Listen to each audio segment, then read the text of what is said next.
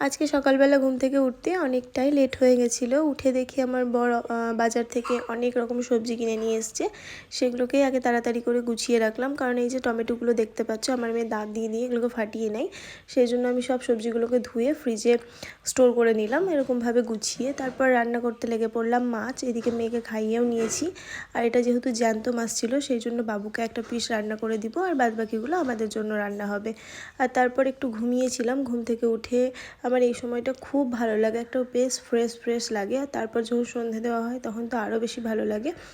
এখন বাবুকে সাথে নিয়ে আমি সন্ধেটা দিয়ে দেবো। এখন দেখো ও খেলা করছিল আর সাথে টিভি দেখছিল। তো আমি যখন ওকে বললাম যে চল বাবু সন্ধে দেবো, ও একদম রেডি। ও সব কিছু কাজ ছেড়ে আগে সন্ধে দেওয়া বা পুজো দেওয়া দেখতে চলে আসে। ও সব থেকে বেশি এই কাজটা ভালোবাসে।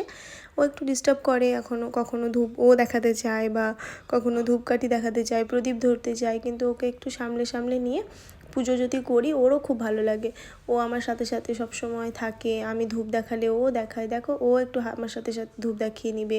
এগুলো করতেও ছোট্ট থেকে এত বেশি ভালোবাসে। এখন যেহেতু হাঁটতে শিখেছে, এখন আমার সেরকম অসুবিধা হয় না, বা অসুবিধাও খুব হয়, বাট ও যেহেতু ভালোবাসে তাই আমি ওকে নিয়েই সবসময় করি। ও যখন ঘুমিয়ে থাকে তখন ওই মন ভরে পুজোটাও করা যায় না, ঘন্টা বাজানো যায় না, শাঁখ বাজানো যায় না।